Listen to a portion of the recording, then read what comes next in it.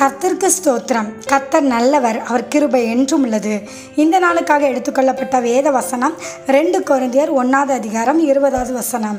தேவனுடைய வாக்குத்தத்தங்கள் எல்லாம் இயேசு கிறிஸ்துவுக்குள் ஆம் என்றும் அவருக்குள் ஆமேன் என்றும் இருக்கிறது. ஆமேன்.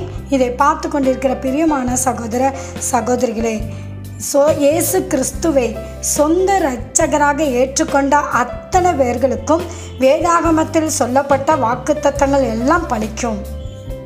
ஆகவே வேதத்தில் சொல்லப்பட்ட எல்லா வாக்குத்தத்தமும் அவருடைய பிள்ளைகளுக்கு தான்.